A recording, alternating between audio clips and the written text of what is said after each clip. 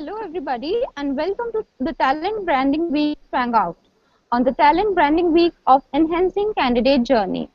For the second year in a row, we have partnered with LinkedIn to craft the Talent Branding Week, a week full of activities that helps organizations to understand the power of talent branding to attract, engage and retain the talent. We have an exciting week full of activities like roundtables, webinars, Twangout, tweet chat, and newsletter releases. This is creating a lot of excitement among the community. This initiative has been possible with our partner LinkedIn. LinkedIn Talent Solution is a recruiting solution related unit of LinkedIn. It offers a full range of recruitment solutions to help the HR leaders and organizations of all sizes to attract and engage the best talent. With this, I would like to introduce you to our host of today's Twangout session, Mansi. Mansi Navlakha is Manager HR Analytics at Systems at Snapdeal. Mansi is an HR Analytics Specialist at Snapdeal. Prior to working with Snapdeal, she wore multiple hats of that: vocoder, business consultant, HR generalist, HR analytics leads, and organization and worked with organizations like Infosys, Z Associates, and IBM India. Welcome to the Twangout session, Mansi. Thanks, Ritu. Our guest for today's Twangout is an HR professional with extensive experience in building and leading high-performing people teams across North America, APAC, and India. Join me in welcoming Mr. Prashant Bhatnagar. Prashant Bhatnagar is the vice president at Sapient. Over the years, he contributed to the growth of startups and large companies by attracting top talent and building strong employer brands. He had led work with multicultural and multinational teams, participating in merger and acquisition, integration, and diversified culture activities that including living in US for several years. Welcome, Prashant. It's a pleasure to have you to speak on our Twangout today. Thanks, Ritu. I'm happy to be here and sharing some of my thoughts. Before I request Mansi to take over from here, let me remind you that you can follow the conversation on Twitter using the hashtag TBW2015. Please share your comments and post your questions so that Mansi can take them for Prashant through the session live. For those not on Twitter yet, you can inbox me your questions while we encourage everybody to come on Twitter and join the conversation.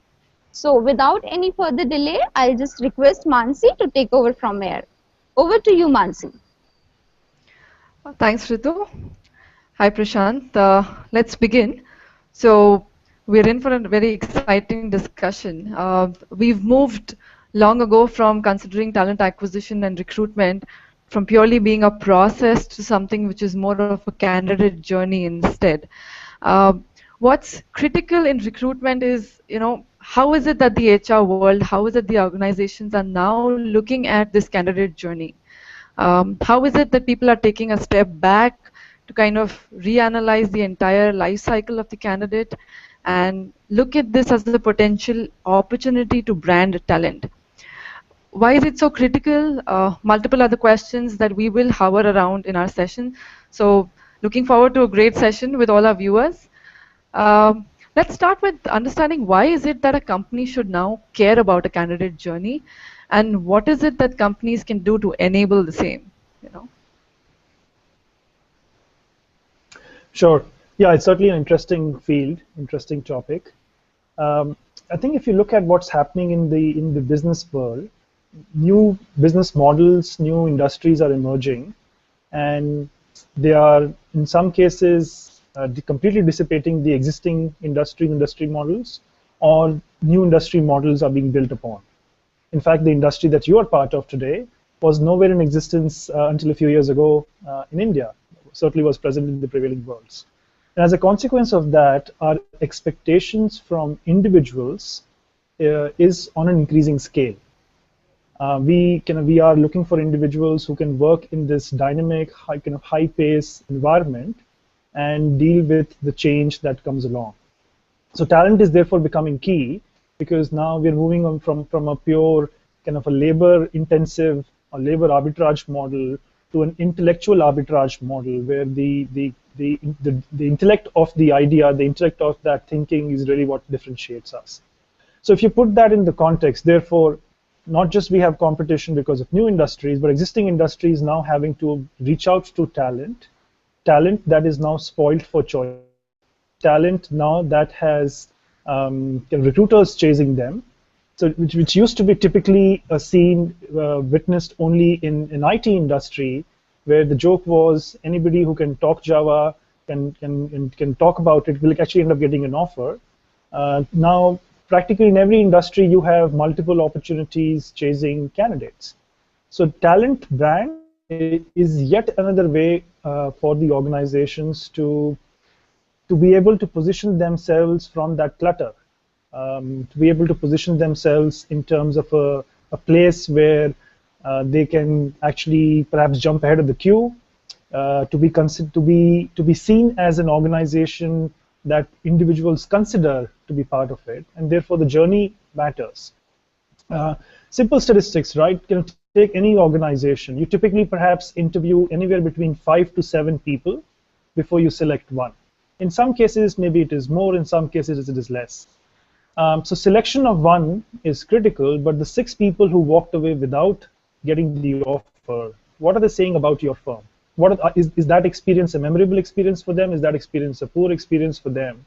And then they will talk to perhaps 5 other people, and then you can start looking at the multiplication effect of it.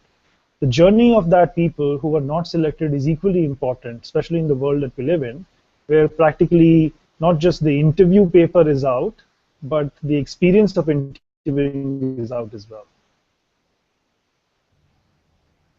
Yeah, that's a very relevant input, Prashant. How to make them brand ambassadors for your company? I mean, that's the challenge that lies ahead. So Yep. why not look at what is it that comes in the way of an effective candidate experience, and what is it that we can learn from some of the strong brands around in the market? Sure. So in my experience, Mansi, there are a few things which come in the way. I think the first thing which I know a lot of companies get caught up is the turf war. Is this a recruiting problem? Is this a marketing problem? Right? Who's responsible for branding? Yes. And I think that's an issue which is a lot more what I call internal challenge, as opposed to an external challenge. The second issue which I suspect in my experience which comes up is the lag between when you take when you perform an activity to when you actually see the result of that activity. So you could be working on some experience kind of journeys, you could be working on certain things, but if the lag between that moment and that the actual the outcome is high, you just seem to lose track of it, whether you can't associate that activity to the outcome, and therefore along the way you lose that. And finally is focus. It being a focused initiative on part of whoever is doing this, whether it is sitting with brand team, whether it is sitting with the talent acquisition team, it doesn't really matter, but just the tenacity to go through this is what matters. And I've seen many times these situations where it's a tough war between marketing or HR, it is the lag between the activity and the outcome, and the focus which is missing, which comes in the way of organizations focusing on candidate journeys.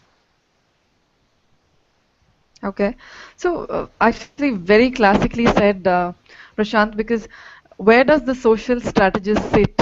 Does he sit in the marketing team? Does the person sit in the talent acquisition team? And I think we're still struggling with that answer. I think what is obviously essential is that what are you marketing to the external world, to all your stakeholders? The same brand should resonate within your candidate journey as well. And hence the disconnect is quite costly, for a lot of organizations.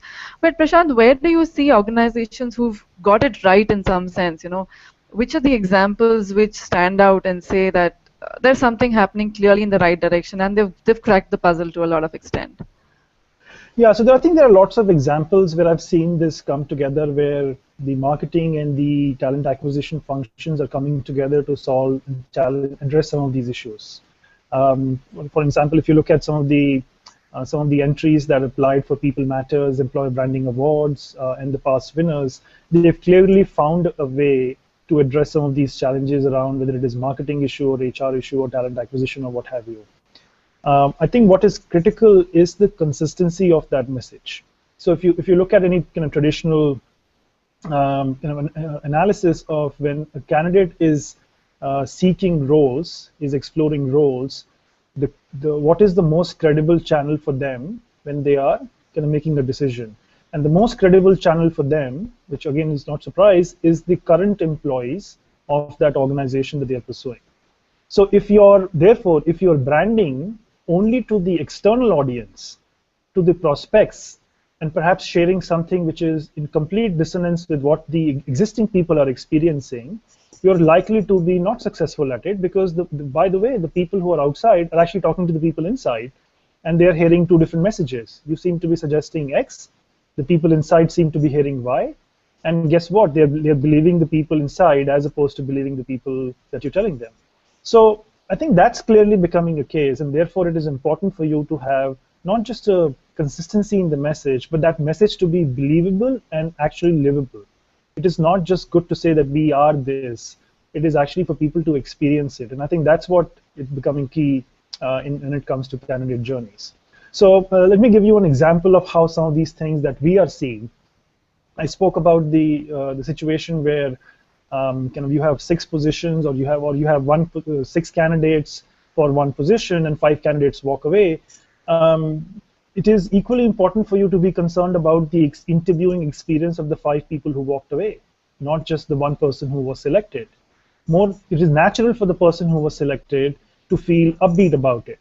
It is natural for the person to feel respected. But for the 5 people who were disqualified, did you treat them with respect?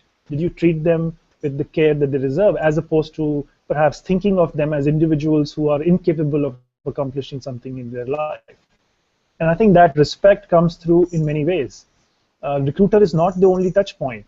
They meet interviewers along the way. When they're walking over to your front desk, how are they greeted? When they are walking over to your office premise, how are they greeted? All those experiences keep adding up. And by the way, experience doesn't start when you touch, right? Experience also happens when they are not actively looking for it. So all these experiences are mini experiences, really what sums it up. And therefore, when a candidate is going through their journey, they have multiple experience points. Some of these experience points are telling a similar story. Some of them is telling a very different story. And guess what? Something which is telling a similar story and a consistent story, they're likely to believe that more, as opposed to something which is only recruiter beating their chest and saying, no, this is the best place to be, and they certainly have that experience. So it becomes kind of critical and interesting for us. So I think you have to look at these mini experiences along the journey, as opposed to one grand experience. That's right. So I think quite interesting. So again, when we're talking about the candidate journey, there are a lot of trainings which could help to enable, how you project yourself as a single brand. But which are some of the common pitfalls which companies still tend to make, maybe because of challenges in the market or volumes of hiring? Some of the common pitfalls which actually, turn negative for a candidate. Yeah, I think the first one is thinking you can do it alone. This is not just something for talent acquisition to do. Talent acquisition is a critical element of it, but they're not the only element of it. I think everybody is the candidate throughout the journey, right from their experience they have on your website, to the experience they have when they walk in for an interview and how they're greeted, to the interviewing experience that they're having, to the coordination. All of those are equally important elements of it. So just to think that I did my part well, and therefore I'm okay, is perhaps kind of thing a pitfall one should kind of certainly focus on avoiding. I think the opposite is the flip side is that burying your head in the sand, assuming that you can't, there's nothing wrong with me, that everything is fine, and it is just perhaps a jilted individual who didn't get the outcome they were looking for, and therefore it is okay for me to get on with it. The fact is that you cannot ignore this anymore. Your brand story is out there. Whether you are adding to that story or not is a choice for you to make. People are writing about you today and have been writing about you for all this while. They're making decisions along the way now. So I think that's the other element of it. And I think finally, what I've seen is sometimes people get caught up in this. There is so much to do. There is so many things I could be doing in building my brand journey, and therefore they just are overwhelmed with that, and which leads to a paralysis of action. Firm belief that you get going and then get better along the way. Don't let just the magnitude of what you have to do come in the way of you actually moving, because some movement is better than no movement. And in the absence of getting it all right, you're waiting to get started. So get started, then get better. Yeah, that's critical. It's very critical. So now we've had a lot of evaluation also in terms of technology impacting HR in a big way. We are moving to a world where technology has entered every sphere that you talk about. So how are tools and gadgets and technologies actually enabling the candidate journey, which could also mean a positives for the employee and for the employer and for the brand looking to sell themselves? But how critical is it to get it right? Because now that you have social media, marketing, tools, technology, click of a button, real life data, how do you kind of deal with this scenario, which is very different from how it was maybe a decade ago? Yeah, what is the journey leading towards? The journey is leading towards a decision, and then hopefully not having regrets with that decision, right? So it is a little bit of an exploration. At some point in time, if there is somebody who's made up their mind to look for a job, then it is an active journey. It is perhaps somebody who hasn't made up their mind, is maybe is exploring, and something interesting comes their way, then they may want to explore. The journey, it is of exploration leading to a decision, and that decision hopefully being a no regret decision. So if you look at therefore the tools and technology available at your disposal today, many of the things can be done in an asynchronous manner. It doesn't have to be, for example, be doing in the same place. Simple example, you and I are connecting over this kind of technology today, and we perhaps may be sitting miles apart in this conversation. Today's tools and technologies are making many of these conversations happen. Similarly, you can have kind of a candidate, for example, self-record a description about themselves, which can go to an interviewer who can pre-screen people based on that, so that the exploration process to that decision can be not just accelerated, but it can also be made convenient for the people.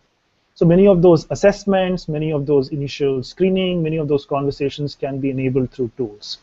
Similarly, if you look at kind of where you can use some of the tools and technology again, not just from assessment, but also in terms of the journey to explore what are the actual kind of things that people will be exposed to. So almost like a day in of the individual once they come over. What does that day look like? What is the typical schedule of activities? What is the kind of team composition of people they'll be working with? What kind of work will they be exposed to? Many of these things can be exposed much sooner rather than much later through technology. And therefore, people are making those decisions. So the way I think about that is the tools and technology is enabling that exploration process, is accelerating that exploration process and creating those experiences, those seamless experiences, which is eventually leading to a decision. Whether I want to consider this company or I don't want to consider this company. Now, you can imagine if your company is the one who's enabling many of those experiences to make that decision, you're likely to be high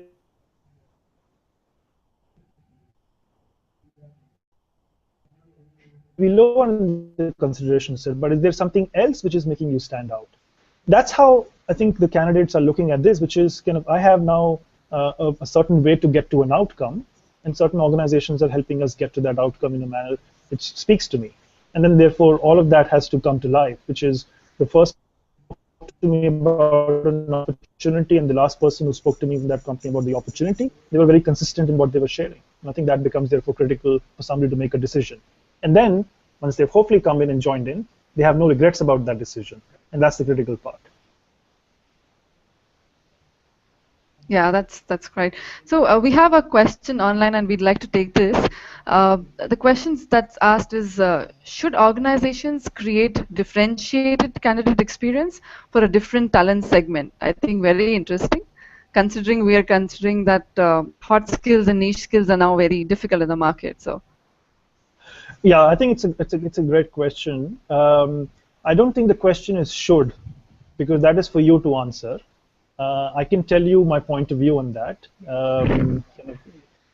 We are creating differentiated experiences for different talent segments. These differentiated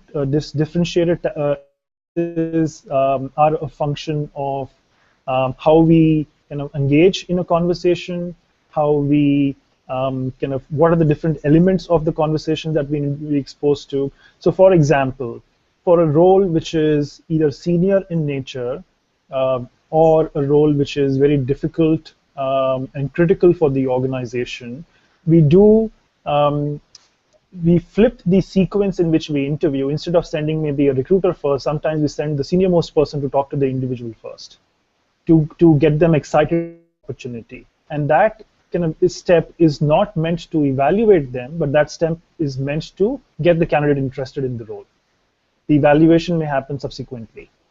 For a regular candidate, that may not necessarily be the sequence of activity. That may be a different sequence from that standpoint. Similarly, as you know, for some roles, the conversations are a lot more discreet, a lot more confidential. They may be happening at a venue outside the office, whereas for some roles, it may be happening inside the office. So again, the experiences are are varied. I remember, for example, when I was coming over, joining Sapient 8 years ago, just before I had joined, as part of my welcome package, before I had joined, I got a basket of a bouquet of goodies along with a champagne bottle. And that excitement and this and the sense of positivity that brought to the faces of my parents was tremendous.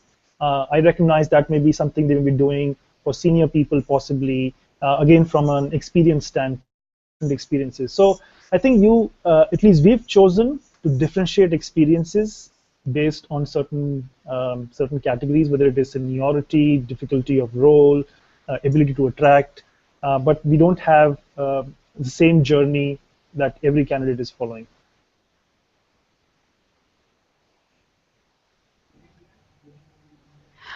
We have another question online, which is quite interesting. Is talent branding limited only to external talent attraction or also to existing employees?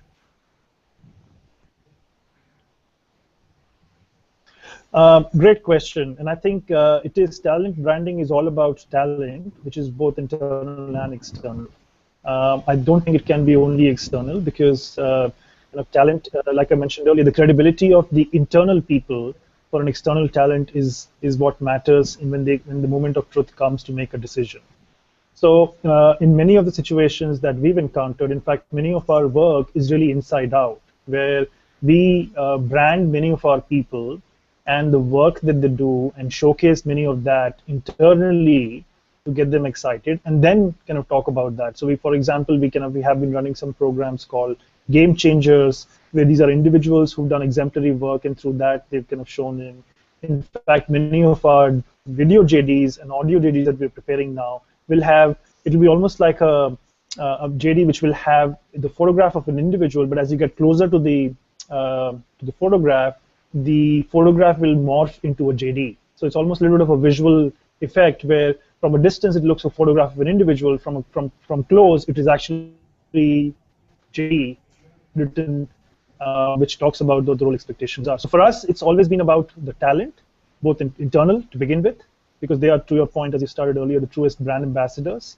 Showcasing them, showcasing the work, showcasing the pride they have in their work is what matters, and that builds credibility externally. So for us, it has always been inside out. That's a wonderful example, and I think a lot of innovation can happen along those lines, I'm sure. Prashant, a quick thing again. I know we've talked about interventions. We've talked about how do you build the experience. Let's come back to a little classic question of saying, how do we end up measuring our interventions? How do we measure the impact and know that you're on the right path? Like you said, you could start small, but at least have a measurable impact. Yeah, wonderful. I could sense this. I think no conversation in recruiting is complete without metrics associated with it. So for us, what we've done is we've been looking at this for some time, and we built a candidate experience index. So every candidate goes through a journey, and the way we define this is kind of anybody who either applies to a position with us, or we reach out to them exploring a position with them.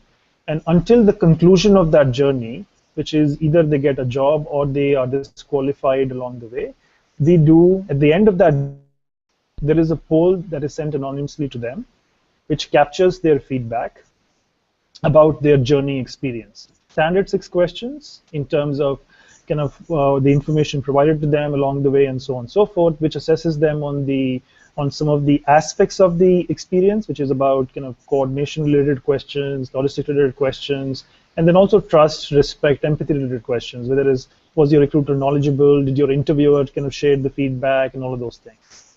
At the end of it, we come up with a score, and we measure and we link that score back to the recruiter, and we link that score back to the interviewer.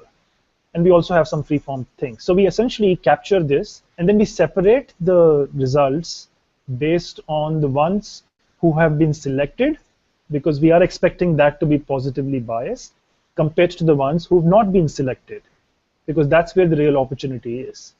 So we look at, okay, somebody who's been selected is saying that interviewing experience was great, interview was respectful. Somebody who's not been selected may not be as kind with their words about the interviewer, may have maybe a little bit more critical feedback to share. And then we use that as an opportunity to both evaluate kind of the programs that we needed to build on the interviewer capabilities, or perhaps maybe knock some interviewers out of the interviewer evaluation until they kind of are qualified again to be able to do these interviews. So we link that as an experience index. This happens every quarter, and we can then do trend analysis in terms of have we gotten better, have we gotten this thing, and finally we've linked that to the recruiter's measure of success. So all this is great stuff, but until you can link it back to the recruiter, until you can link it back to their performance index and saying this is another parameter for you, so it doesn't matter whether you hired the person in the right time, it doesn't matter if the quality was good, but it also matters the experience of interviewing with us, regardless of outcome, is good. That's how we can link all these elements together. That's wonderful. I think it's not a lot of organizations who are being doing this, and I think it's extremely essential to link back, because probably from these trends and probably from insights will span other options which say that's my weak area, I need more training and development here, I need to invest more money here, I need to figure out how to get this right. So I think it's great to be measuring, because that's the only answer that will give us some confidence in the direction that the journey can embark on. I think we're quite close to 4 p.m. and I know we don't have a lot of time. So Ritu, just a quick check. Do we have any pending questions that we could quickly take a last question online? Yeah, or sure. we could maybe just discuss off. Yeah, go ahead. Yeah, sure, Mansi. I'm just sharing it with you. Sure, sure. So, okay, so we actually have another one that's come in, which is to check if salary negotiations, when being a part of the candidate journey, are there any pointers to say that X, Y should be avoided when you're going in for a salary negotiation? Again, this is one of those conversations which is it's incomplete if you don't ask a recruiter about salary. So I think it's a bit of a philosophy, it's a bit of thinking. The way I think about that is depending upon the seniority of the role you're recruiting for, kind of salary becomes a topic for discussion. So the way I think about it is salary is a short-term kind of measure or short-term kind of goal for somebody to look at, and then there are some long-term kind of progression, learning, opportunity, advancement, and so on and so forth. So the way we, in our experience, we end up seeing it is that typically people who are in the early stages of their career are a lot more anxious about salary and less anxious about many of the other things. Whereas people who are slightly in more advanced stages of their career, their salary is an important element, but the conversation doesn't begin with salary. The conversation begins with a lot more opportunity, freedom, ability to do things differently, kind of many of those things. Salary is an important element, and therefore what we end up doing is, depending upon our experiences, we bring up these conversations either earlier in the discussion or later in the discussion. We kind of seldom start with a conversation saying, how much are you earning? This is what I can pay. But I know many of the conversations start with that because we're in a hurry to get to the person. Are you the right person? Will you accept my offer? Will I like you? Will you like me? And let's make a decision quickly. That's not what we're trying to do, because in some of these touch points, you have to get to Yes. that outcome slowly. Yes. So yeah, so quite typical. So okay, thanks a lot, Prashant. I think we've had some good insights. I'm sure there'll be viewers and readers reaching out to you as well to learn a little more. And I hope we've been able to share some good inputs, Ritu, for the audience. Yeah, And sure. an apologies to few people who've posted questions and we've not been able to take it. But I hope your learning still continues. So all the best, everyone. And thanks, Ritu. Thanks for hosting us. People Matters has been a great forum for us to also connect and discuss on relevant inputs and topics. So Uh, Thank you, listeners, and thank you so much, Mansi. So with this, we are now end of our super exciting Twangout session. We want to thank Prashant for being a fantastic guest for our Twangout today. A very big thank you to you, Prashant. A big thank you to Mansi and who co-host it very well today. So thank you each one for being a fantastic audience for today's session. So we will see you again at our next Talent Branding Week activity, which is a tweet chat on organization as talent magnets, leveraging talent branding with Mr. Sarang Grame, Global Head Social Recruiting, Capgemini, Mr. Vivek Paranjpe, and Mr. Prithvi Shegar, CHRO, HCL Technologies. This tweet chat will happen on 1st of May from 7 p.m. to 7:30. Please do visit peoplematters.in/TBWV to register for the same. Thank you everyone for joining us today. Thank you, Ritu. Thank you, Mansi, for the opportunity. It's good to be here.